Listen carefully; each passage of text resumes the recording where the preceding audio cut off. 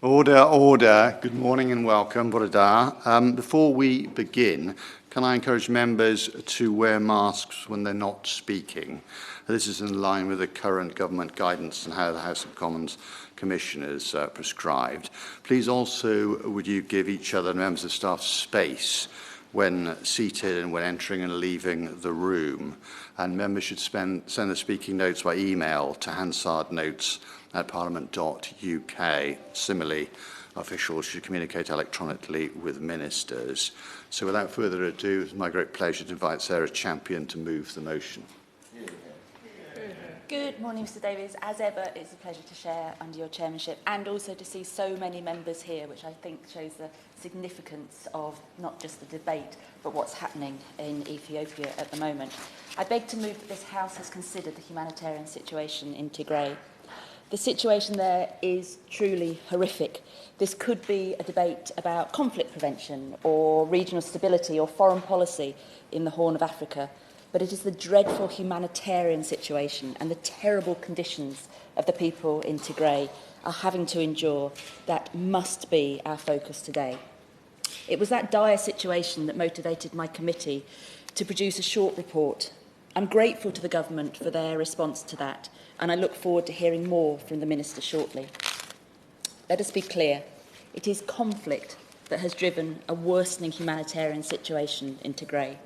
Against a backdrop of deteriorating political relationships between the regional government in Tigray and the federal government in Addis Ababa, the Ethiopian National Defence Force started security operations in Tigray in November 2020. The Tigray Regional Security Forces have fought against them, retaking the Tigrayan capital of Meleke in June. Local militia and unidentified troops are involved. Eritrean troops are fighting in Tigray and are alleged to have committed human rights violations and abuses. I don't want to dwell too long on the causes and the nature of the conflict, save to note two things. It is clear that there have been abuses by all parties to the conflict, and all parties are using propaganda and misinformation to advance their cause.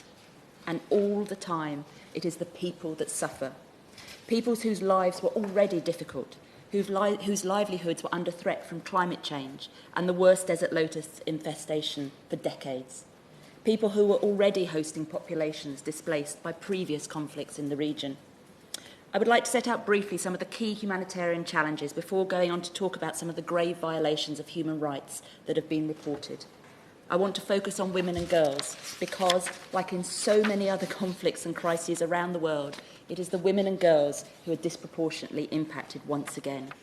We must find a way to end the heartbreaking and unimaginable horrors that some women and girls have had to endure and continue to face in a form of gender-based violence and sexual violence. The first issue that arises in conflict is the risk of injury or death. People fearing for their lives and those of their family flee areas of conflict. An estimated of 2.1 million people have been displaced due to the conflict. In Tigray, many people have fled rural areas and thousands of displaced people are being hosted within communities in large urban areas. These communities are themselves already stressed by the effects of conflict and shortages of food, water and access to essential services. People aren't always safe once they have fled. The unpredictable nature of conflict means fighting often erupts unexpectedly. People have to flee fighting more than once. The effect on their lives and livelihoods is devastating, sowing the seeds of problems that will endure for years. Access is another major problem. Humanitarian agencies have been prevented by the conflict from reaching people in need. They have been unable to access areas to deliver vital supplies, while the lack of access also makes it much more difficult to assess need. The latest UN OCHA situation report says that no trucks will have entered Tigray since the 20th of August. Since 15th of July, only 321 trucks with humanitarian supplies have entered the region, providing only a fraction of the assistance needed by the 5.2 million people in need. The reality is 100 trucks a day are required to meet the demand. It's true that there have been some improvements in access, and at about the time we were preparing our report, it looked like agreements had been secured. However, it's not yet good enough to meet the needs of the people affected by the fighting. Parts of Tigray remain problematic to this day, with fighting still disrupting across routes and belligerents on all sides failing to recognise permissions granted to humanitarian agencies. Can I take this moment to pay tribute to the extraordinary work these humanitarian agencies are doing in the face of terrible difficulties and huge personal risks. Tragically, some humanitarian workers have been killed. Worst, it seems they have been deliberately murdered. Thousands of people in Tigray have not had access they need to food and water. Over 400,000 people are suffering catastrophic levels of hunger, and more than 4 million, around 70% of the population, are experiencing high levels of food insecurity. Combatants have blocked food aid from reaching its destination. It's been looted by soldiers, and there are reports of food silos being contaminated. Beyond these immediate life-sustaining needs, the conflict has brought about a collapse of essential services. Communication was cut off in the early part of the conflict. There have been power shortages, markets have closed, the internet's down, making bank transfers extremely difficult, banking has been disrupted, and essential services have collapsed. But to talk simply of the collapse of essential services would be to hide the shocking and awful truth that schools, hospitals, the means of production have all been deliberately and systematically targeted, vandalised and destroyed. Where schools haven't been vandalised, they're being occupied, either by the combatants or by displaced people seeking some kind of refuge. With markets closed and limited access for food deliveries, adequate nutrition is a real problem. An estimated 45,000 children under 5 are suffering from malnutrition, while health centres are reportedly running out of stock. But it gets worse because farmers, where the farms and machinery haven't been vandalised, are unable to plant crops. Only 25 to 50% of cereal production will be available this year. Soldiers are reported to have beaten people they've seen ploughing fields. Harvests have been destroyed and livestock looted. All of this in a part of the world that was already severely stressed by changes in climate and the effects of desert locusts. There is a real prospect of famine and the creation of yet another cycle of aid dependency in a part of the world that has suffered so much in the past and that has hoped to leave this sort of problem behind it. And then we turn to the atrocities, the mass killings and the chilling sexual violence. We know that there have been massacres. The cliff-top killing of 25 to 35 civilians near Mahabi Diego, the killing of 160 people in Bora village in southern Tigray, the massacre of 100 people in Aksum in November by Eritrean soldiers. We know that there have been extrajudicial killings. In March, MSF staff witnessed young men being pulled off buses and killed.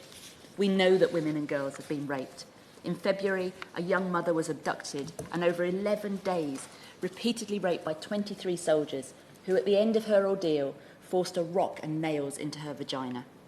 12 women, 5 of whom were pregnant, were raped in front of family members, including their children. We know that some women have been held captive and repeatedly raped by soldiers and militia. Mark Lowcock, the UN Under-Secretary-General for Humanitarian Affairs, acknowledged this after the Reuters investigation found women and girls as young as 8 being targeted. It's brutal, dehumanising treatment. That the perpetrators caused these terrible acts to be witnessed by family members suggested they intended the effect to be terrorising. And I think that clearly points to the use of rape and sexual violence being used as a weapon of war. Since February, 1,228 cases of sexual and gender-based violence have been reported. Yet we know that for every rape, sexual violence case that's reported, there are many, many more that aren't. The UN Population Fund estimates that there might be 22,500 survivors of sexual violence who will seek clinical care this year. Let me note at this point that the UK government has slashed funding to the UNFPA by an astonishing 85%. I dread to think of the impact this will have on the women and girls in humanitarian crises like that of Tigray. We know a lot about what the survivors of atrocity and sexual violence actually need to recover. Sadly, we also know that, with much of the healthcare system in Tigray in tatters, there is little prospect of the survivors getting the support that they need. The stories emerging via these organisations are horrifying. Many of the survivors will go on to suffer long-term, debilitating physical and mental trauma. It may well be years before the health system are recovered to the point where women and girls will be able to get the support they need. It's important that the world bears witness to what is happening in Tigray. And the international system must do all that it can to bring the perpetrators to justice. I commend the work being done by the UN and by the Ethiopian Human Rights Commission to investigate. And can I ask the Minister to try and allow access to the African Commission of Human and People Rights? At the moment, they're stuffing difficulties trying to get in and carry out their investigation. It's vital that evidence of human rights violations and abuses alleged, committed by all parties in Tigray, is secured and investigated properly. It's important for the victims this happens. It's important as a warning to others. In our report, we said the situation in Tigray was an early test of the UK's commitment to the principles and approach of the UK as a force for good set out in the government's integrated review. It still is. We recognise the Tigray crisis as a test of the FCDO's desire to combine diplomacy and development and to establish an integrated approach to conflict and instability. We pointed out that failing this early test could damage the credibility of the UK's new strategy. My committee welcomes the government's response and the government's acceptance of the key points we made about ending conflict and preventing it from spreading, ensuring that humanitarian needs are met, finding a sustainable political solution, and supporting a process for reconciliation. I welcome the work of Nick Dyer, the UK Special Envoy for Famine Prevention and Humanitarian Affairs, and I welcome too the support the government has provided to the humanitarian agencies working in Tigray. But let's be clear, the biggest challenge in the UK development policy has been to the cuts to ODA on a basis that, as they've been put, we were likely to see them remain for the remainder of this Parliament, and very much longer. The tests that the government has set for the return to 0.7 are potentially impossibly hard to meet. The government's response claims that Her Majesty's government has been at the forefront of the international response throughout the conflict. UN OCHA reckons the current gap in funding for the situation in Tigray is $170 million.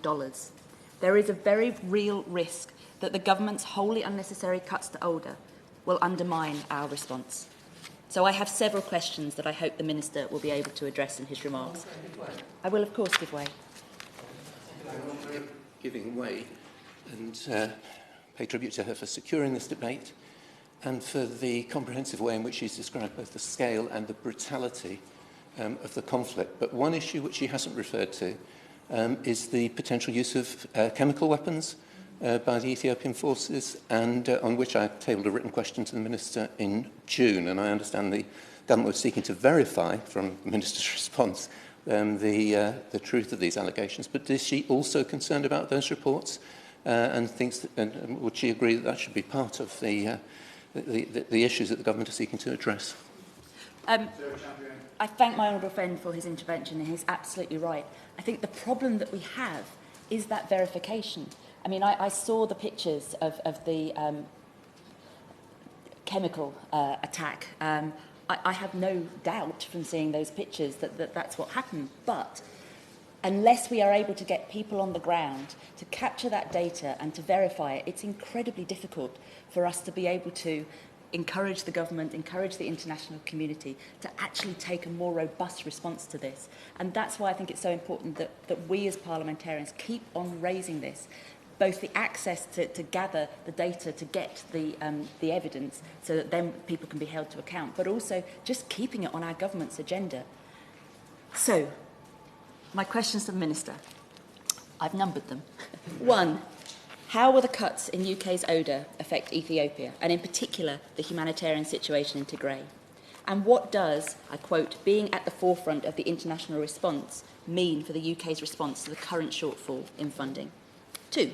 What steps will the government be taking to put pressure on belligerents to end the fighting? And will he also press the UN to act on the issue of rape and hunger being used as weapons of war? 3. Will he update the House on the deployment of the PSVI experts in Tigray? And what assessment has the government made of the impact of aid cuts to programmes such as the UNFPA in supporting survivors of sexual violence in the long term? 4. What steps has he taken since the government's response was issued in July to prioritise Tigray?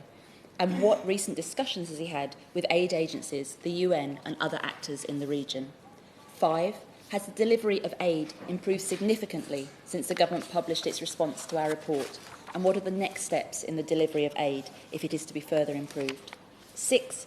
What steps is he taking to put pressure on the Ethiopian government and regional authorities to improve access and communications? 7, how concerned is he about the safety of humanitarian workers in Tigray and what can be done to better protect them? And Minister, finally, 8, what is his latest assessment of the conflict spreading in Ethiopia and what impacts fighting on Amara and Amoro and other parts of Ethiopia is having on the work of the UK government in Tigray? Will people displaced by those conflicts depend on the same pot of money as the people in Tigray? The last month has been dramatic and traumatic in equal measure. But with attention focused in Afghanistan, it is easy for a crisis in Tigray to slip from our collective consciousness. Even without Afghanistan, Haiti may have pushed Tigray off the news cycle, and we hear precious little day to day about what is happening in Ethiopia. The reports are there if you look for them, but as a very real crisis, it does not get the level of attention it should. It's clear the violence in Ethiopia has spread, and the risks we identified of conflict spreading further are still very real. In closing, let me just say this. We must not lose sight of the situation in Tigray. The level of human suffering and the risk of conflict spreading demand it. Thank you, Chair.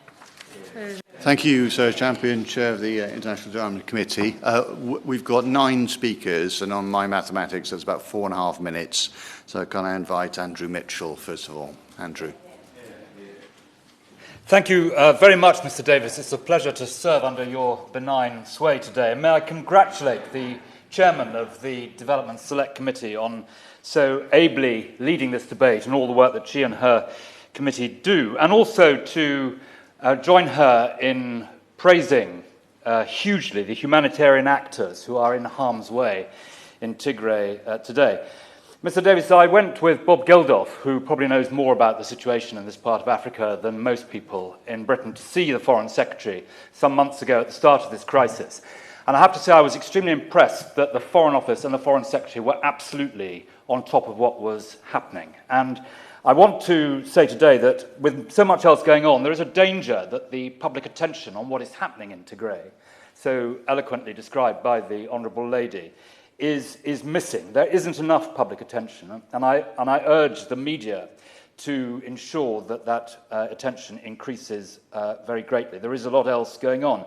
Because the situation, Mr. Davis, is this. There's a massive deterioration in the position on the ground. 7 million people at least need urgent assistance. The position is set out yesterday on the BBC website. 150 people were found by the BBC to have starved to death. And this really matters to us in Britain. The development programme in Ethiopia in 2011 was the biggest development programme anywhere in the world. This is a big country, and there have been huge development gains there on the ground in terms of health, in terms of education, particularly among girls, and in terms of the rights of women as well. Enormous progress in that respect. And Britain has huge strategic interests there, both commercial and security interests. Ethiopia, for example, is pulling troops out of Somalia at the moment. That creates space for al-Shabaab to do their evil work there.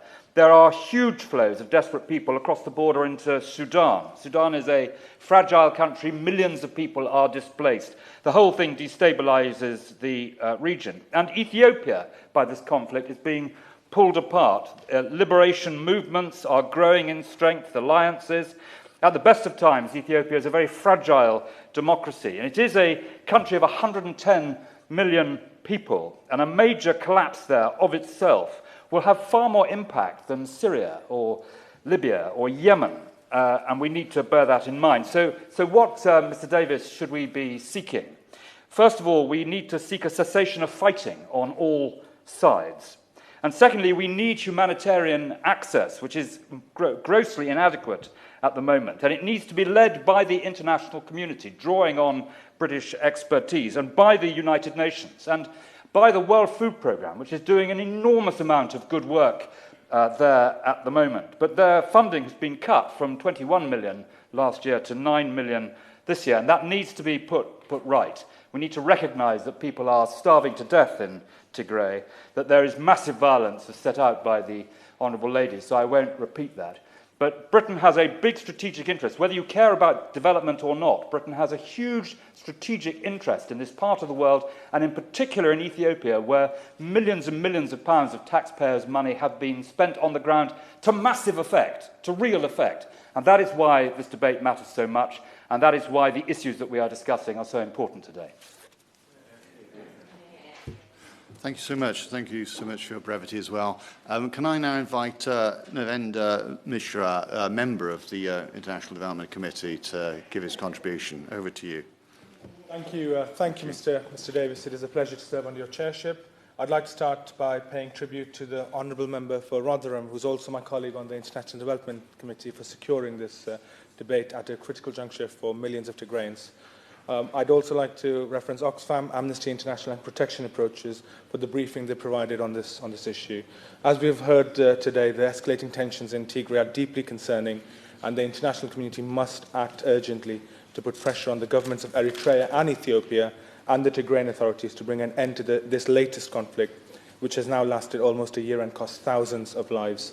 The UK government must do all it can to de-escalate the rising tensions, investigate the reported war crimes, and put pressure on all sides to allow non-governmental organisations to access the thousands of Tigrayans who are the victims of this conflict.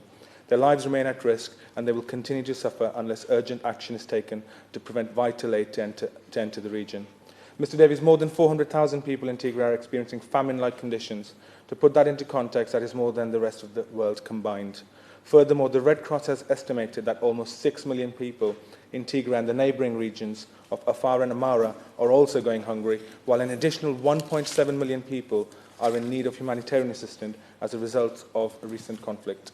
It is clear that we are witnessing a humanitarian crisis unfold before our eyes in Tigray. I'm a proud member of the International Development Committee, and earlier this year we urged the UK government to intervene in this crisis to bring a swift end to the conflict and help facilitate humanitarian access. Since then, there has been a deterioration in the situation, while the ability of NGOs and aid organisations to access the region has diminished. For example, Oxfam told members of this House that aid organisations are struggling to transport the 100 trucks a day of food supplies that are required into the region. It is therefore vital that the UK government applies pressure to ensure there is unfettered and unimpeded access to Tigray to enable this life-saving aid to be delivered to thousands of people. Given our historic relationship with the region, we should do all we can to help. Amnesty International has raised concerns that attacks and mass killings have continued unchecked since the conflict started last November, with crimes against humanity taking place on both sides between the Ethiopian and Eritrean governments and Tigrayan rebels. Worryingly, a report this week by the Daily Telegraph newspaper revealed that since July, soldiers occupying parts of Ethiopia's Tigray region have been involved in what has been described as an ethnic purge of native people who are being thrown into concentration camps and massacred by the dozen. Witnesses in the northern city of Humaira, near the border with Eritrea, have claimed that soldiers from Amara province have been conducting Taliban-type door-to-door searches for ethnic Tigrayan people, the result of which being that thousands of residents have been forced into makeshift detention centres. Such scenes followed reports, which have since been corroborated by the UN, of Eritrean troops systematically killing hundreds of unarmed civilians in the northern city of Aksum over a 2-day period last November, which saw open shooting in the streets. Amnesty has said that this could amount to crime against humanity and has also described it as just the tip of the iceberg given the mass killings that followed. The charity has also heard shocking reports of gang rapes of people held in captivity, which they've described as sexual slavery, as well as clear examples of sexual mutilation of survivors, of which which is a crime under international law. The toll on all citizens in the region has been unbearable. Since the beginning of the conflict, there have been widespread and systematic campaigns of destruction and looting, including the theft of farm animals, which has significantly affected harvesting across Tigray, compounding the famine and starvation of the population. What is clear, Mr. Davis, is that the UK government cannot delay action any further. We must not lose sight of this crisis and the fate of thousands of Tigrayans while the eyes of the world are on Afghanistan, which we must continue to add pressure to allow organisations such as the African Commission on Human and People's Rights to have access to Tigray to investigate the situation further and carry out a thorough assessment of the impact of this conflict. The charity protection approaches, which work to tackle all forms of identity-based violence and mass atrocities, has rightly stated that the UK government has a legal obligation to prevent further conflict in the region under the 1948 Convention on the Prevention and Punishment of the Crime of Genocide. but is also a matter for national interest, and left unchecked, the financial and human cost will be enormous. Much of this would be in keeping with what Tigrayans have already called for, which is a commitment to a negotiated end to this war, and the UK should help facilitate that. Failure to support them in this endeavour would lead to an ongoing conflict that will cost tens of thousands of more lives. Thank you for allowing me to speak. Thank you so much. Now, can I invite Fiona Bruce to speak on this issue she's familiar with? Thank you, Mr Davis. I declare my interest speaking as co-chair of the All-Party Parliamentary Group on Eritrea, and thank the Honourable Member for Rotherham for not only securing the debate today and for her graphic speech, but also for chairing the pre-briefing which the APPG and Eritrea co-hosted yesterday. We must do all that we can to fulfil our international obligations to prevent mass atrocities of the nature occurring in Tigray. Christian Solidarity Worldwide report on worrying indications that atrocity crimes, war crimes, crimes against humanity and possibly genocide may have occurred and could well still be underway in Tigray. In the words of a priest from the Catholic Eparchy of Idakrat, interviewed at the height of the occupation, they want to annihilate Tigray. By killing men and boys, they are trying to destroy any future resistance. They are raping and destroying women to ensure they cannot raise a community in the future. They are using rape and food as weapons of war. By June 2021, researchers at Belgium's University of Ghent had documented 10,000 deaths and 230 massacres, with many more incidents yet to be fully investigated. No one, anywhere, should be targeted on account of their religious beliefs, yet in Tigray, clergy and worshippers have been targeted and killed in large numbers. According to a statement in February from the employees of Mekelle Diocese and the administrators of 45 monasteries and churches, almost every monastery and church and religious school in Tigray has been bombed by drones or heavy weapons, and a lot of clergymen, deacons, congregation members of Sunday schools, religious students and children, especially those clergymen who were on religious service, were massacred like animals. The indiscriminate bombing and destruction of ancient churches, mosques and other religious institutions, the extensive looting of irreplaceable historical artefacts and manuscripts appear to be part of a multifaceted campaign that involves cultural cleansing. Not only do these actions violate international humanitarian law, but according to the Rome Statute, intentionally directing attacks against religious buildings and historic monuments can also constitute a war crime. In 2019, our government published a good policy paper, The UK Approach to Preventing Mass Atrocities. In places like Tigray now, we need to see actions to match with the strong words from that document. Words such as, the UK supports the deployment of all appropriate tools available to the UN in dealing with potential atrocities and conflict, such as sanctions, diplomatic travel bans, asset freezes, arms embargoes and commodity interdiction, and is a strong advocate for securing accountability and justice for atrocities committed. And developing programmatic support aims to foster environments where atrocities are far less likely to take place by addressing the root causes of conflict and drivers of instability through tackling corruption, promoting good governance, involving access to security and justice and inclusive economic development. And I hope in his closing remarks that the Minister will elaborate on how these words are being applied now to the UK's approach towards the conflict in Tigray and towards the wider region, not least to help de-escalate tensions. I also note the recommendations of the International Development Select Committee for Atrocity Prevention Training. In addition, the Truro Review, a manifesto commitment of this government, at Recommendation 7 states, to ensure that there are mechanisms in place to facilitate an immediate response to atrocity crimes, including genocide through activities such as setting up early warning mechanisms to identify countries at risk of atrocities, diplomacy to help de-escalate tensions and resolve disputes, and developing support to help with upstream prevention work.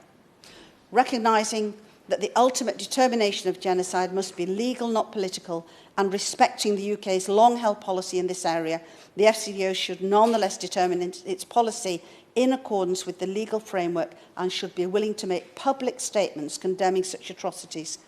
Colleagues can be assured that as the Prime Minister's Special Envoy for Freedom of Religion or Belief, I am working closely, indeed daily, with FCDO to ensure that we implement this and indeed all 22 recommendations of the Truro review in full by their required completion date of July 2022.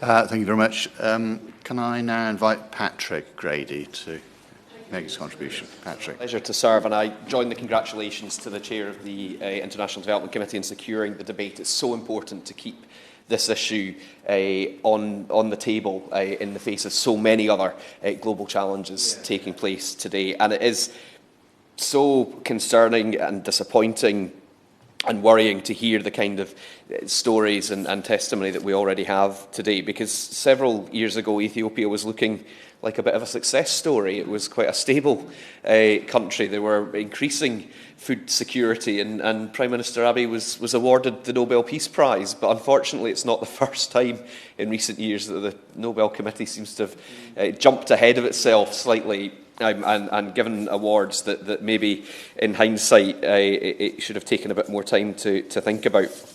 I also want to echo the thanks of others to those who supported the briefing yesterday, which was incredibly helpful and I think has informed a lot of what we've heard today. And we've heard the statistics again. OCHA estimating 2 million people internally displaced, 61% facing acute food insecurity, 600,000 already over the threshold into famine, and another 2 million on the brink, what the Oxfam rep who spoke to us yesterday described as the risk of catastrophic hunger. And as we've heard, multiple complex overlapping causes which require multiple overlapping interventions. The huge displacement, the lack of infrastructure, the destruction of roads and bridges that simply make getting aid to where it's needed almost impossible. The communications blackout has come up time and time again in the briefings and the evidence.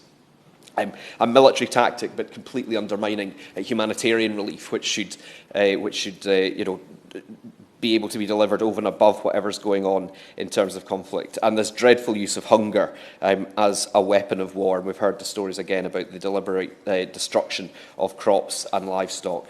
And there are particular concerns around ethnic tensions and tribal loyalties which have fuelled the conflict and political division. The member for Sutton Coldfield spoke about the serious risk of regional overspill, the influence of Eritrea, the displacement over 60,000 refugees into Sudan already. And within the country as well, I do want to touch briefly, particularly on the situation in Oromia. I have a very active constituent originally from Oromia, part of the Oromia support group, and that has identified extrajudicial killings going back to October 2018, and of over 2,000 of them, 1,612 were identified as being from the Oromo group. But the support group is calling for, and its colleagues is calling for, an inclusive dialogue between all these factions with a view to ending any domination of one group over another. And I would encourage the Minister, I'll send them the information that I have, and I would encourage him to look at that very carefully indeed. Because there is a challenge here for the government. How is it going to live up to the standards that it has set for itself in being proactive about atrocity prevention? How is it going to use its convening power, its diplomatic influence? If it wants to be this soft power superpower, will it start by properly supporting agencies on the ground, multilateral, the United Nations, some of the NGOs that in very difficult circumstances, such as Save the Children, are maintaining a direct presence? And what is the impact of the aid cuts going to be? Time and again in Westminster Hall now, we're hearing practical, real-life examples of this completely unnecessary cut, and it's having an impact, both practical terms in terms of what can actually be delivered, and it's having a diplomatic effect as well, because it undermines the UK's stance on the world stage. So there is a need to work with all the agencies, all the partners, and recognise the government's obligations under international law. One of the most sobering questions that was posed yesterday was, what if this isn't the worst? What if the worst is yet to come? And too often we've stood by when we should have learned the lessons of the past. So the UK has to assess, it has to intervene, it has to work with others and make sure that we avoid even further and more rapid deterioration. Thank you very much. Over to you, Lawrence Robertson. Lawrence. Thank you, Mr Davis. It's a pleasure to serve under your chairmanship today. As the chairman of the all-party parliamentary group on Ethiopia and somebody who's visited the country many times, can I congratulate the honourable member for Rotherham on securing this debate and for the very moving way in which she spoke and described the terrible situation in Tigray. And can I thank her for her continued interest and her committee's interest in Ethiopia. And also can I thank the Minister for his willingness to provide briefings and attend meetings regularly on this subject and his ongoing involvement. I held an urgent question on the 14th of June, and sadly the situation, if anything, has deteriorated since then. But it needn't be this way, as has been alluded to. Ethiopia is a great country. It claims to have been the origin of coffee, to have Lucy, one of the world's oldest human beings, found 4.4 million years ago. It's been independent longer than any African country.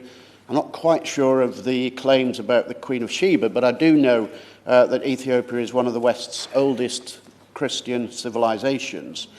And that is one of the tragedies, that Christian and Muslim populations, sizable as they are in Ethiopia, have lived very peacefully together. Over 80 tribes and probably as many languages have managed to coexist very peacefully since the overthrow of the Derg in 1992. Ethiopia has also enjoyed, I'm told, world record growth in the last 15 years. Certainly, it's one of Africa's outstanding success stories in that sense. And it really is ironic that trouble has flared since the appointment of the outward-looking, modernising Prime Minister, who, as has also been said, won the Nobel Peace Prize for making peace with Eritrea after a very long-standing dispute. But it is right also to say that the rumblings of discontent started actually before he took office and sadly have increased since. We also know that Ethiopia has suffered recently because of the unusually warm weather, the attack of locusts, and also, of course, COVID has not helped. And it's also right to recognise that a number of people, millions of people in Ethiopia each year do depend on food aid. But I'm really rather struck by what the World Food Programme people have said this week, that up to 7 million people are in dire need of food assistance in northern Ethiopia alone, that their food stocks in Tigray are running perilously low, and that they need $140 million to expand its northern Ethiopian response. That is what they have said just this week. I won't go into the details of the conflict, which has been so ably covered by the honourable member for Rotherham, but I will ask just a few questions. As far as the Minister knows, has the conflict spread as far as Lalibela, a town I visited on my last visit to Ethiopia, and it really would be tragic if it had got that far. Could the United Nations actually be doing more beyond helping refugees, which is a very important thing for them to be doing, but could they actually be doing more? Could the African Union be doing more, especially in speaking to the TPLF and also to Eritrea to make sure that their troops are actually all withdrawn from the country? During the UQ, the Minister talked about how he'd diverted aid to Tigray. Did that have any effect? And if so, could that practice be repeated? And I would also ask that other donors do not turn away from Ethiopia because of the conflict, because people living in war-torn areas are often the ones who are most in need. So I do want us to continue with our aid programme. We need to target the aid. We need to require transparency. We should use it as a lever, if possible, to bring about peace, but we should continue it.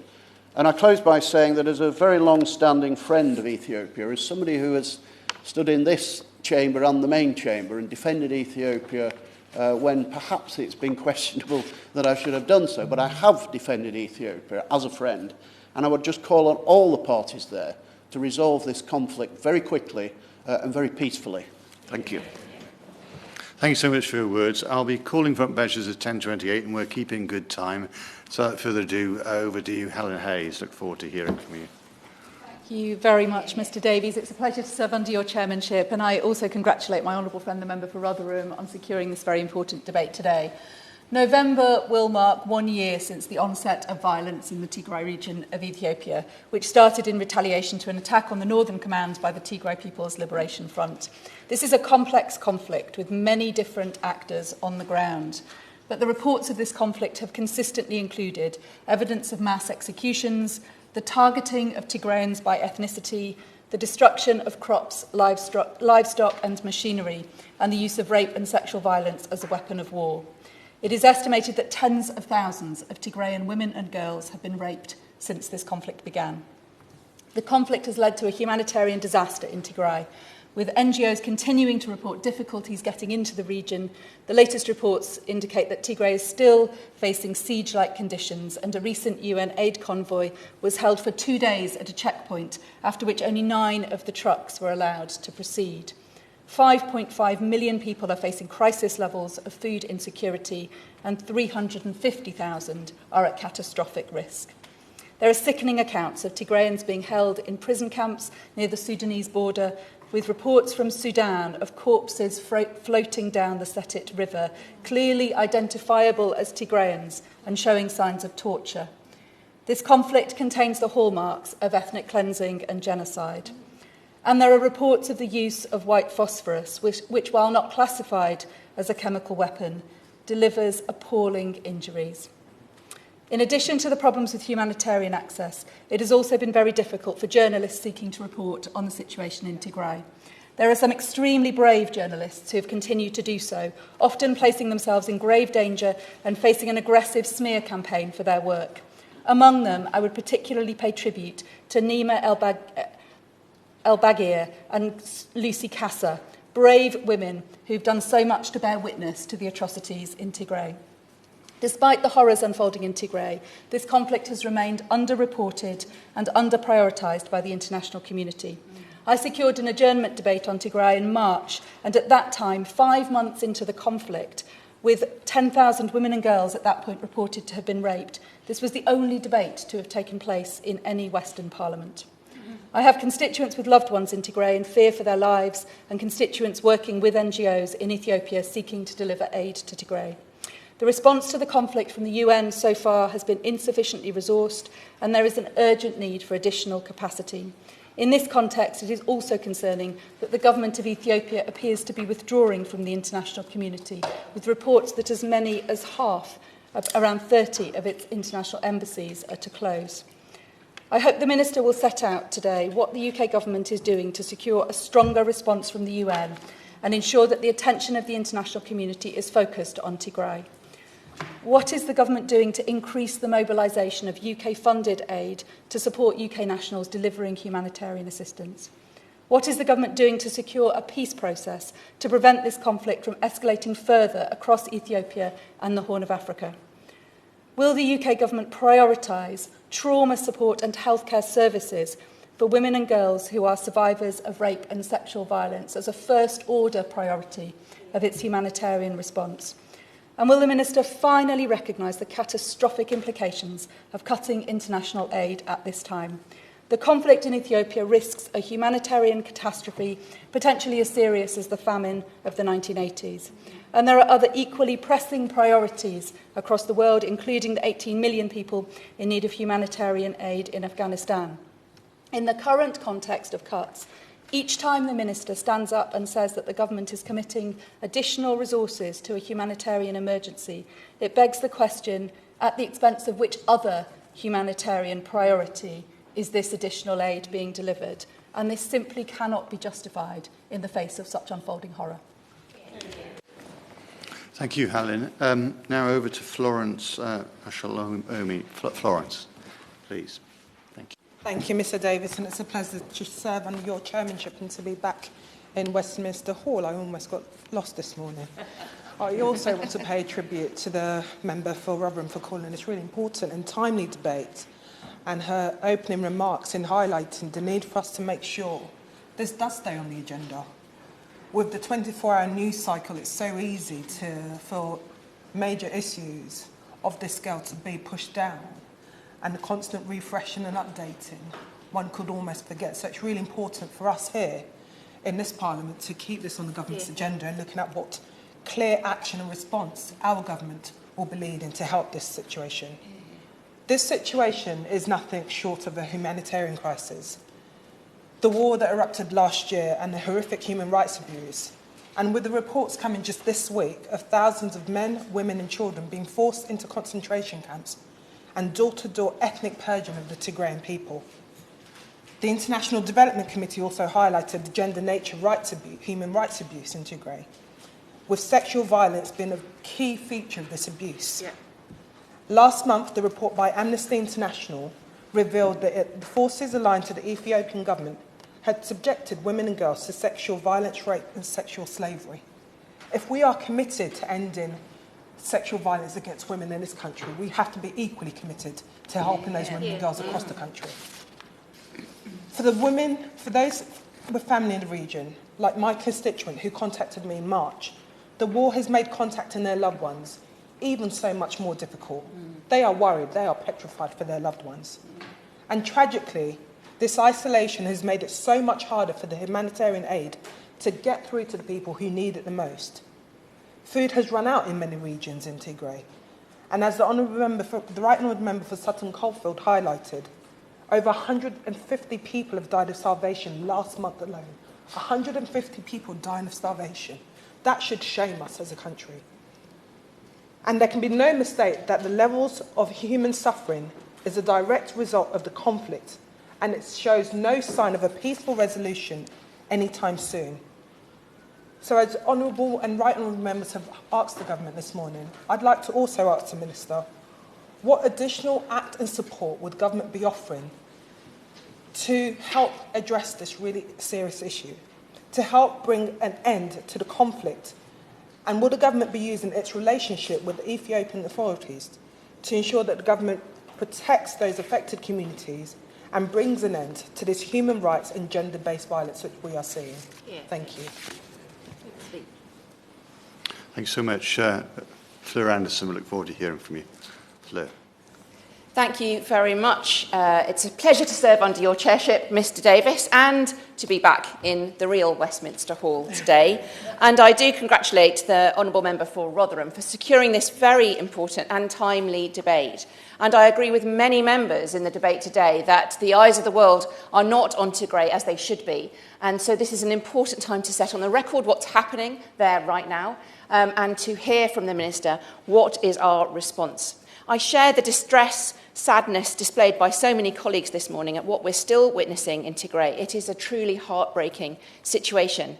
At the time of Live Aid, I think we are so proud as a country that we stood up together and we supported the people of Ethiopia in their time of crisis. And we want to do the same again. We want to know what's happening in that region. We feel a great bond, as well as those constituents that I have who have family members in the region. The UN Secretary-General says that as a humanitarian catastrophe is unfolding before our eyes. The Foreign Secretary took his eye off Afghanistan, so I hope to hear from the Minister today that this is not the case for Tigray. I have been heartened that the Foreign Secretary mentioned Tigray in briefings held during the recess, so I'm glad of this opportunity for the Minister to be able to lay out what is happening from the British government. And I will also have some questions as well. On the 4th of November 2020, armed conflict broke out between the regional government and the federal government in northern Ethiopia in the country's Tigray region. This conflict has since spilled over into neighbouring Amhara and Afar regions. Reports indicate that clashes continue in northern Ethiopia, involving Ethiopian, Amhara and Tigrayan forces. Hundreds of thousands of people are displaced in Afar and Amhara, and over 2.2 million people are now thought to be displaced in Tigray and to neighbouring countries, as has been mentioned before in this debate, including many to Sudan. It's estimated that over 6 million people across the areas are affected by the crisis and in need of assistance. The scale of this humanitarian crisis is staggering. More than 5 million people in Tigray require immediate humanitarian assistance, and there are at least 54 organisations providing aid and services. And I join with other members in paying tribute to the brave humanitarian workers on the ground right now. However, there are significant gaps in assistance that are disproportionately affect Ethiopian women and girls, who have virtually no access to livelihoods and often live in insecure environments. The harvests are failing right now. The harvests of November and December are likely to fail. There hasn't been an ability to plant. And so the crisis is getting worse. And that verification on the ground is needed. For months, Ethiopian troops, aided by Eritrean soldiers, have tortured, sexually assaulted, killed and displaced Tigrayan civilians. The TPLF has also perpetrated human rights abuses and the looting of a US aid warehouse.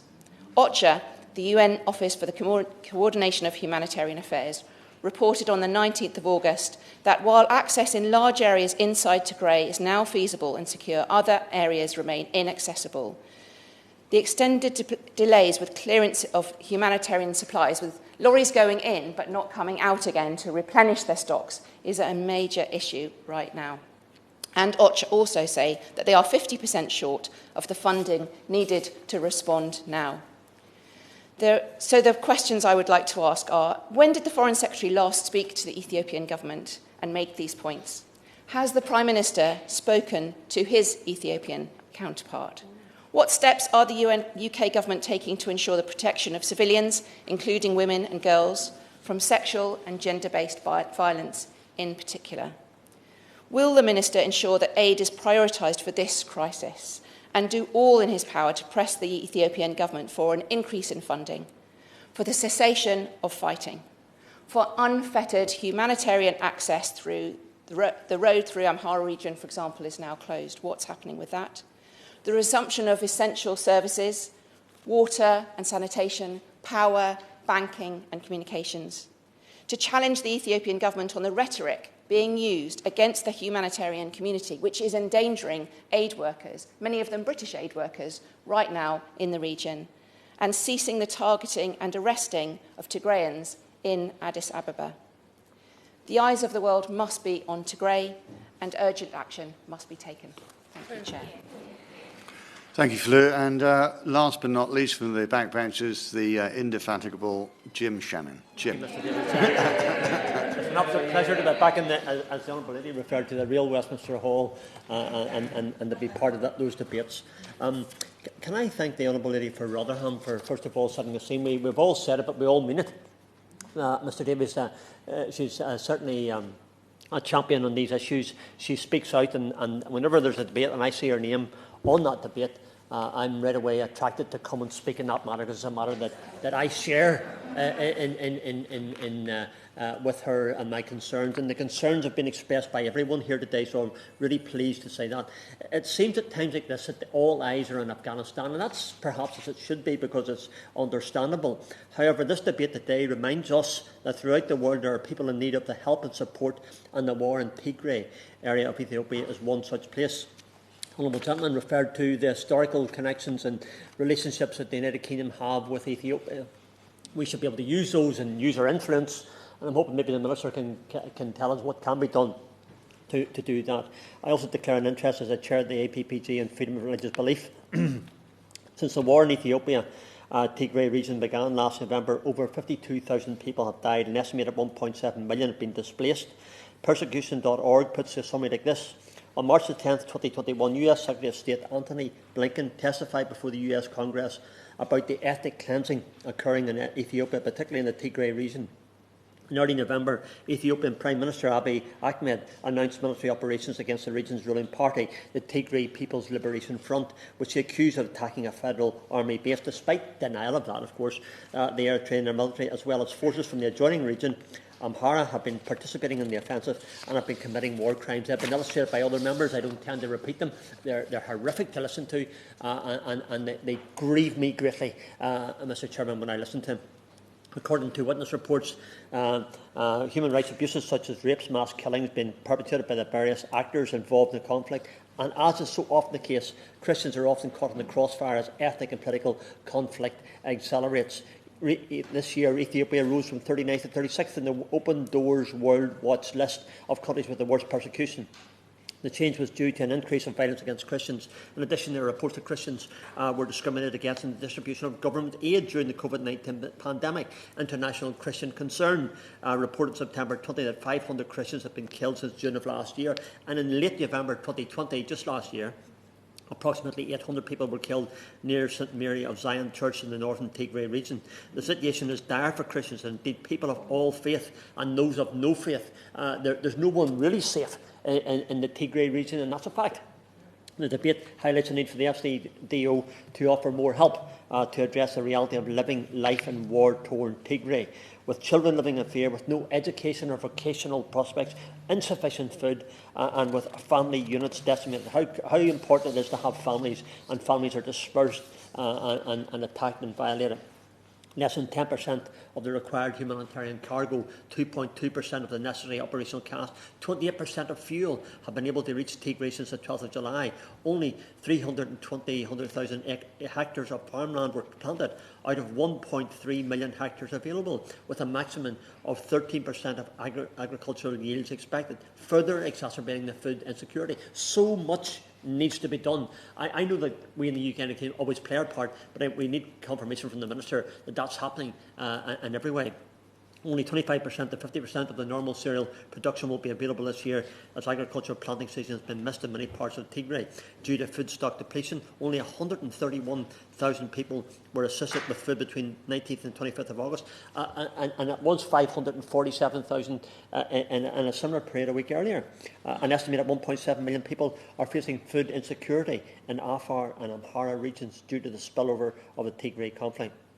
I understand the Minister will outline the steps that this government has taken, and I welcome those steps. However, my question is simple. Can we do more? The answer is, from everyone here, is yes, we can. Can we offer more support? Can we uplift the aid? Can we use local churches and NGOs to ensure that the aid gets through to those who need it most? Minister, I ask you my question. Can those churches, can those NGOs be used? And please, if possible, either today or in the future, tell us what can be done. Will we stand by and watch, or will we be able to say that we did what we could? I conclude with this, Mr Davies. I implore the FCDO and the Minister to review this scenario, source additional support to feed these children and help these people to plant the crops and to ensure that there is at least some hope of a future for these people, which we all ask for today in this hall. Thank you. Thank you very much, Jim. And then over to Alan Smith. If you can keep your remarks to about 10 minutes, that'd be helpful. Thank you, Alan. Mr Davies, I've always struck me that nobody ever criticised a speech for being too short, so I always endeavour to keep my remarks brief. It's a genuine pleasure to wind up this debate and follow so many consensual speeches, and I'd also congratulate the Chair of the International Development Committee for bringing this really very important issue up the agenda, because we can't lose sight of the tragedy that is unfolding. The first casualty of war is truth, and that's certainly the case in Tigray. There has been wrongdoing on all sides, and it is difficult to calculate what's actually happening on the ground. So there's been some very strong contributions throughout this debate. I was particularly struck by my friend from Glasgow North, who gave us the context that this is a reversal of the progress that had been made. It didn't need to be like this. There has been good, constructive aid spent. There has been progress made. And what we are now seeing is a tragedy where we're genuinely witnessing sexual violence and starvation being used as weapons of war. And this is while the world is watching. And the scale, as we've heard, is quite staggering. 900,000 Tigrayans are starving. 5 million are on the brink of starvation and experiencing chronic food insecurity. An estimated 15,000 cases of rape in the last 7 months has been calculated by Amnesty International, with 2.2 million displaced persons so far, with many more in grave danger. Now, this has been a very consensual debate, and I'm glad to hear it, because this is not for party political knockabout, but where we do very strongly diverge from the UK government from the SNP perspective is our deep sadness at the walking away from the 0.7 aid commitment. We can't do more with less.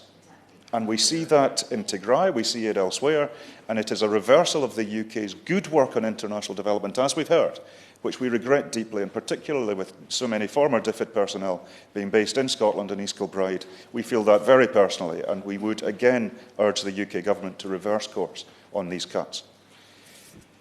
A number of concrete questions to the Minister. As I said, I always seek to be brief. What discussions and what success has the UK government had in its talks with Ethiopian and Eritrean governments towards a ceasefire, but also towards achieving humanitarian access? What aid will the UK commit to emergency food aid, particularly as winter is approaching? So many people are at the risk, really grave risk of starvation, and we could see a globally significant tragedy. What assessment has the FCDO made of risk of the instability in Tigray spreading to other regions within Ethiopia, but also to other countries within the wider region? Because this could be the focal point of a far, far wider crisis, even than it is. The UK has authorised £65,000 worth of military exports to Tigray, to Ethiopia since 2018. Now, that's not huge, but it's surely not appropriate. Can the Minister assure us that there will be no further arms exports to the region? Because that's surely the last thing that the region's needing. And on accountability, there have been war crimes committed within this conflict. What discussions has the UK been part of within the UN in particular, I suspect, to ensure accountability of war criminals within the region? And because we must hold them to account. It's because there are many things that Tigray is going to need support on going forward, and where the UK government makes steps towards those meaningful contributions, they'll continue to have SNP support, because this is too important for party political knockabout. Thank you, Mr. Davis. To invite Stephen Doughty. Well, thank you, Chair. It's a pleasure to serve your chairmanship, Mr. Davis. And I want to thank, in particular, my honourable friend from Rotherham, Chair of the committee, for securing this debate today and for the work that she and her committee have done on this matter, and all who've contributed today, particularly my honourable friends from Vauxhall, Putney, Dulwich and West Norwood, Sheffield, Stockport and more. But also want to thank all the other members, because I think what's been clear today is the level of concern here, and the comments that were made by the honourable members from Tewkesbury, from Congleton, the honourable member from Sutton Coldfield, from Glasgow, from Strangford.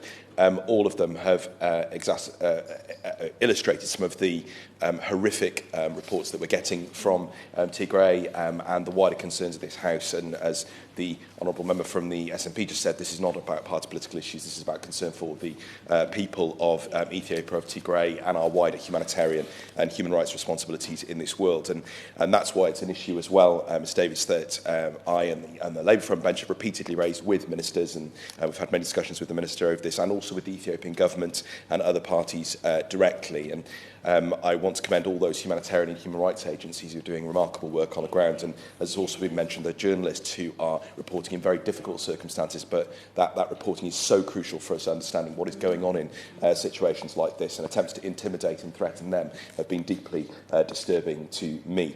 And I've been absolutely horrified by some of the allegations of abuses on all sides, the reports of ethnic cleansing, of religious persecution, of attacks on women and on children, allegations of torture, allegations of war crimes. Some of the stuff is just simply horrific. And as ever in these situations, it is civilians who suffer. And the tragedy is that we are yet to see full human rights investigations and actions on those who perpetrated these crimes. We have yet to see full humanitarian access. And quite frankly, we've yet to see a sense of humanity breaking through the fog and the horrors of this war. And I share the concerns expressed by many members about this becoming a forgotten crisis. We've all been deeply concerned about what's going on in Afghanistan, but we must recognise that there are crises and tragedies happening in so many other places in the world, whether it's Yemen, whether it's across the Sahel, whether it's Ethiopia. We've seen the recent disturbing events in Guinea in recent days.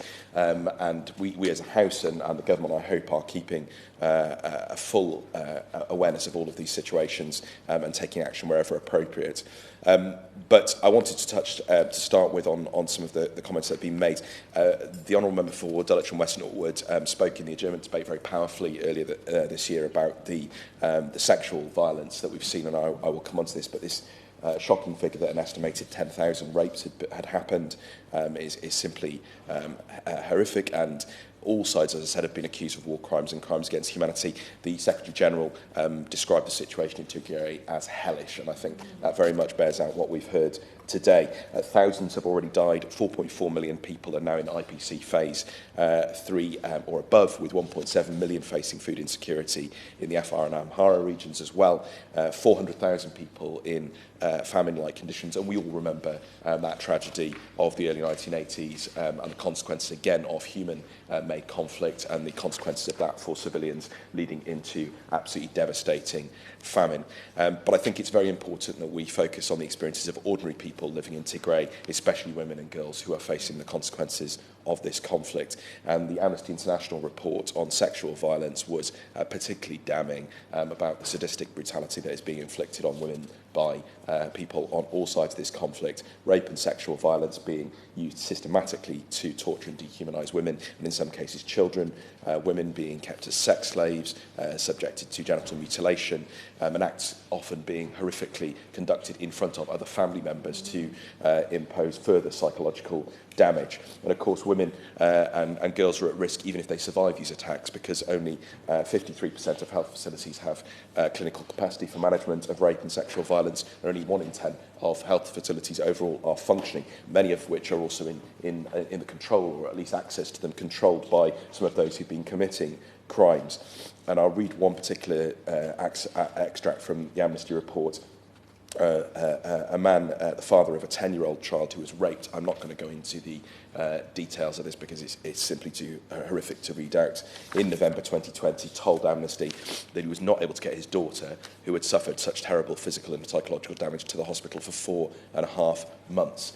He said he wanted to take her to the hospital in one location, but it was the armed forces that committed the abuses who were administering it, so had to then seek support at another location, where she did in the end receive medical help, but only after months and months of trauma, and that is utterly horrific. And these women often have no way to receive help for the consequences of these actions. Of course, the area is also experiencing wider famine conditions, the impact of the locusts, the impacts of climate change, of course the impacts of COVID, the impacts of other disease as well. And I think it's worth recognising that the pressures of this current conflict come on top of all of those other issues, because this is already an area that significant challenges. That wider humanitarian situation, 5.2 million out of 6 million people living in Tigray are now in need of humanitarian assistance, and 13.6 million people are estimated to be food insecure across Ethiopia as a result of the conflict, but also those wider circumstances. Only 25%, so 50% of normal cereal production is available this year, according to OCHA. And of course, the situation facing people who've been internally displaced and refugees, I'll come on to ask some questions about this, but there are now 2 million internally displaced people, according to USAID, with nearly 50,000 refugees arriving in South Sudan as a result since November 2021. And of course, there's a spillover of IDPs into the Afar and Amhara regions as well. We've heard from many members today about the challenges of getting humanitarian assistance in. One of the reports from OCHA said that only 10% of the 3,500 cargo trucks carrying life-saving materials had actually been able to enter the region. And the USAID chief, Samantha Power, was very clear. She said the shortage is not because food is unavailable, but because the government is obstructing humanitarian aid and personnel, including land convoys and air access. And I would be interested in the UK government's comments on her remarks. There are also reports that ENDF soldiers forcibly entered the WFP and UNICEF offices and destroyed communications equipment belonging to those two agencies. So I would be interested to know what the Minister has to say about those recent events and what his view is as who is responsible for those. I mentioned the situation of refugees. I'm particularly concerned for the 24,000 Eritrean refugees, remembering, of course, there are many refugees in the region already because of the previous conflicts in Mayagni and Adi Harush camps in the northwestern zone who've been cut off from assistance and apparently not reached since mid-July. It's been reported both those camps have run out of food and the refugees are facing violence and intimidation by armed groups. So what assessment has been made of the situation of refugees and IDPs, the numbers, the needs, and of these attacks? And particularly, there were disturbing reports of people being forcibly relocated from refugee camps earlier in this crisis. What has happened to them? What is the assessment that has been made? And what has been the involvement of Eritrean or other irregular forces in attacks in that region? Even in the last couple of days, we've seen some pretty horrendous information coming out from the UN. They're talking about the Samara-Abala corridor, which has been inaccessible since the 22nd of August, that 200,000 litres of fuel is required for the humanitarian response, that is not available as well, the needs of cash as well to pay for services locally, which again has not come in the levels needed to provide services.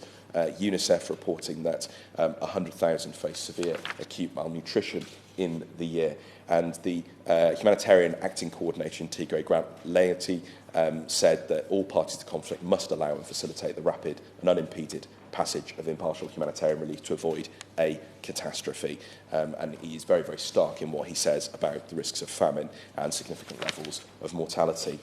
We've heard the reports, it was mentioned by other colleagues, about 150 people allegedly having died of starvation directly. Obviously, that report is from the TPLF. It's not able to be independently verified, but certainly it tallies with the figures that we've heard from the UN and other agencies who've spoken of 400,000 already living in famine-like conditions. I want to end by asking the Minister some very specific questions.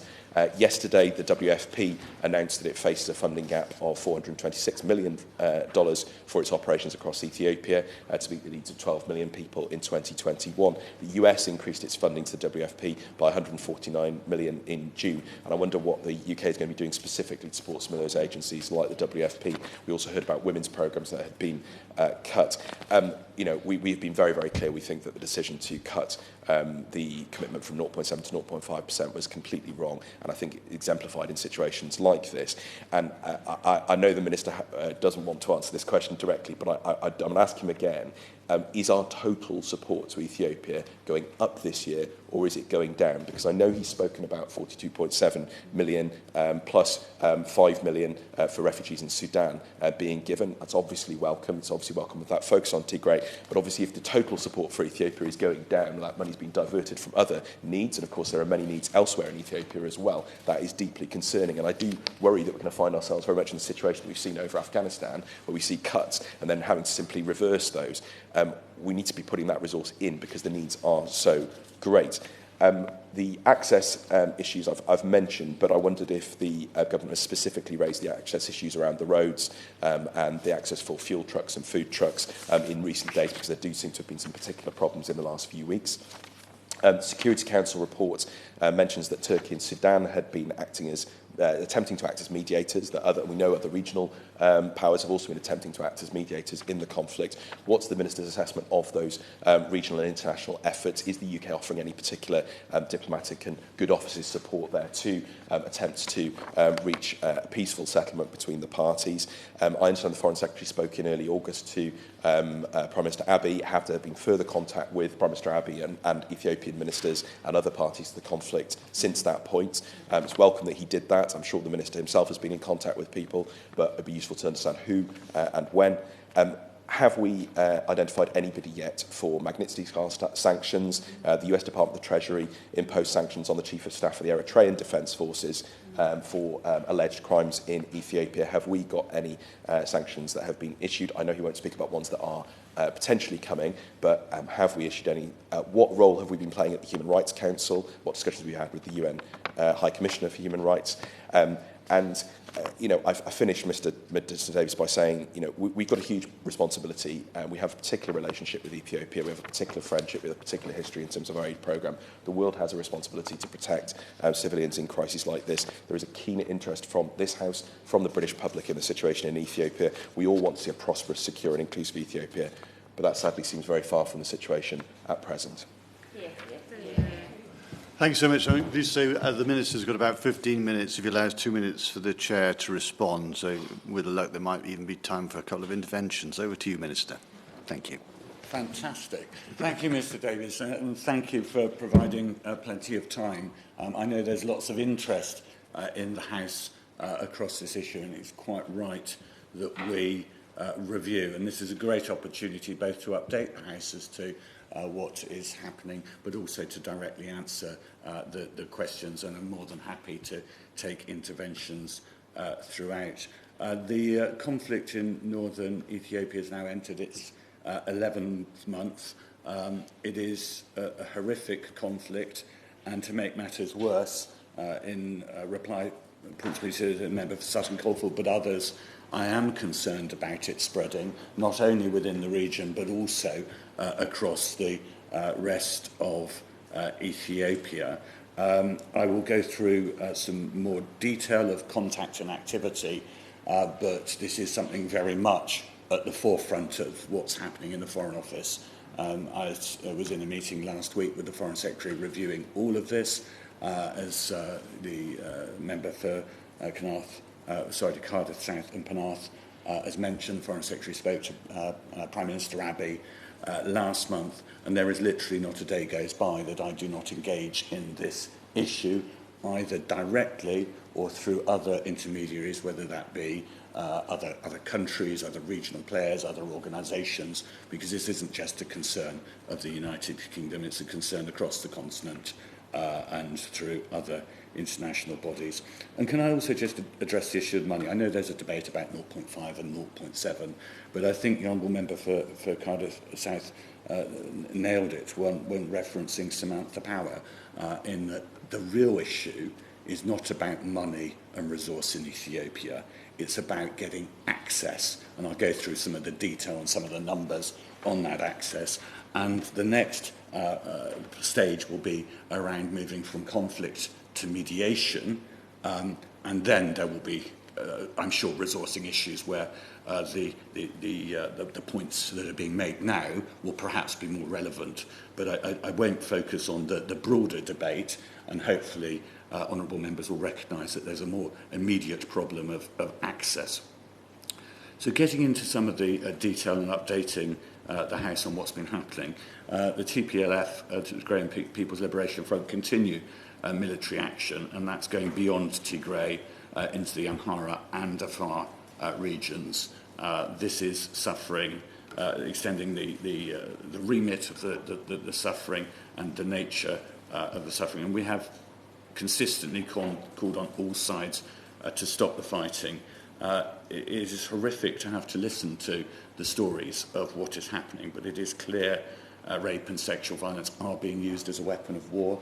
Famine is being used as a weapon of war. There was reference to chemical weapons. It is difficult to establish definitively what is being used, but what is clear is civilian populations are being targeted, which in itself is against international humanitarian law. So, if your child or your mother or your family die, it may be technically relevant how they die, but if they're being targeted, that is the offensive thing that we need to stop happening. Humanitarian agencies are realistically facing what I would describe as a de facto blockade of aid into Tigray, and to avert further humanitarian catastrophe over and beyond the atrocities which we've already seen, we call on the Ethiopian government to allow unfettered access and to start restoring essential services, and I'll go into a bit more detail in a second.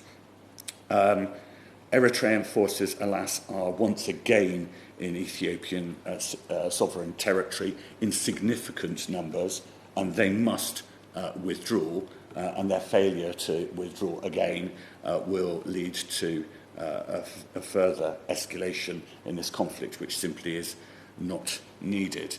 The position that both parties are taking is not helpful. I've been asked about mediation. There's a number of mediation attempts. There's a lot of discussion. I'm not going to go into detail of some of that mediation, but it is fair to say it is not currently working. So different things need to be tried in different ways. I mean, since November, more than 2 million people have been displaced across Tigray, and 450,000 just in Afar and Amhara in the more recent conflicts. Basically, everything's broken down. 90% of hospitals are working. 90% of hospitals and health centres aren't working. There's no banking facilities, no electricity. Communications are down, which leads it makes it very difficult to verify some of the stories as well. So if things did open out, which we would encourage, no doubt we will find out more, and it will feel worse. I certainly will give way. On these communications, again, I highlighted that I have constituents who are very worried about their family members. If you're saying that communication is broken down, is there anything more that the government could help in terms of with members who are trying to get that crucial information for their constituents? I think there are things at the periphery that can be done, but at the heart is about building that access in the fullest sense of the words. I mean, early on in the conflict, we were even finding evidence of satellite phones from aid organisations being taken and used for other purposes, further breaking down. And there are some parties that don't want open access to communications. They want to finish the conflict as they see it on both sides. In terms of the supplies getting through, there's a need for over 100 trucks every single day to get in. That is a massive logistic effort, even if everybody was behind that effort. Since the 12th of July, only about 10% of the required aid is able to get through. So UN warehouses in Tigray aren't being restocked. They are empty. Over a third, most people aren't eating effectively or aren't eating enough. There is no private sector provision. So even if one has money, there is nothing to buy. Displaced individuals, I'll finish this point and then I'll give way. Displaced individuals are relying on host communities who are already suffering, but this lack of goods meant that prices have gone up five-fold, and community resilience is eroding to the point of tipping over to an even more serious and systemic problem. Sir Champion. Thank you, Chair. The director of Oxfam in Ethiopia yesterday was raising the fact that because the internet is deliberately down, it was almost impossible to get money transfers, which is deeply hampering their process. I wonder if I could echo his plea, if the Minister could try and get at least a window of the internet being up so that money transfers could occur. I'll investigate the specific issue of internationals working together to make sure that money comes through. I'm certainly in touch with a number of ministers, Ethiopian ministers, including the finance minister, and I can raise that issue with him, because that's a slightly separate problem to the one that we're discussing. I give way to the Honourable Member for Strangford and then the Honourable Member for Cardiff, and then I'll make some progress. Your response, Minister. In my contribution, I referred to some churches and NGOs who are active in the Tigray region. If we have groups like that who are there, are operating there, is it not possible that we could coordinate our relief efforts alongside those people and those groups to ensure that when it comes to getting to the people who need it, that we can work in partnership? It's just a thought. I think it would be important that we use all avenues that we can. Thank you. It's a good thought. It's something we will do. It's something we are doing, and certainly I will discuss with our envoy for freedom of religion and belief to make it as effective as possible. But these networks are really useful networks to validate informally before we see on the ground what's happening. It's about communications, and the Minister will be aware that our own CDC and indeed Vodafone from the UK have invested substantial amounts in the new Ethiopia Telecommunications Partnership. Now, obviously, opening up telecommunications to people across Ethiopia is a good thing. That's good for all the people. But obviously, given some of the issues we've heard here about money transfers, about internet access, about telecommunications being cut off, is there not some sort of incongruity between those two things? What are we going to be doing through those types of investments to ensure that we get telecommunications open in Tigray properly? Well, various members have talked to the size of the population, 120 million. The Honourable Member for Tewkesbury, as the able chair of your party group, has talked to this nation of optimism. This is one of the gems at the heart of our East African strategy, a bastion of stability if we could build out from, not be resolving problems. And telecommunications is an essential good. It allows people to trade, it allows for cash transfers.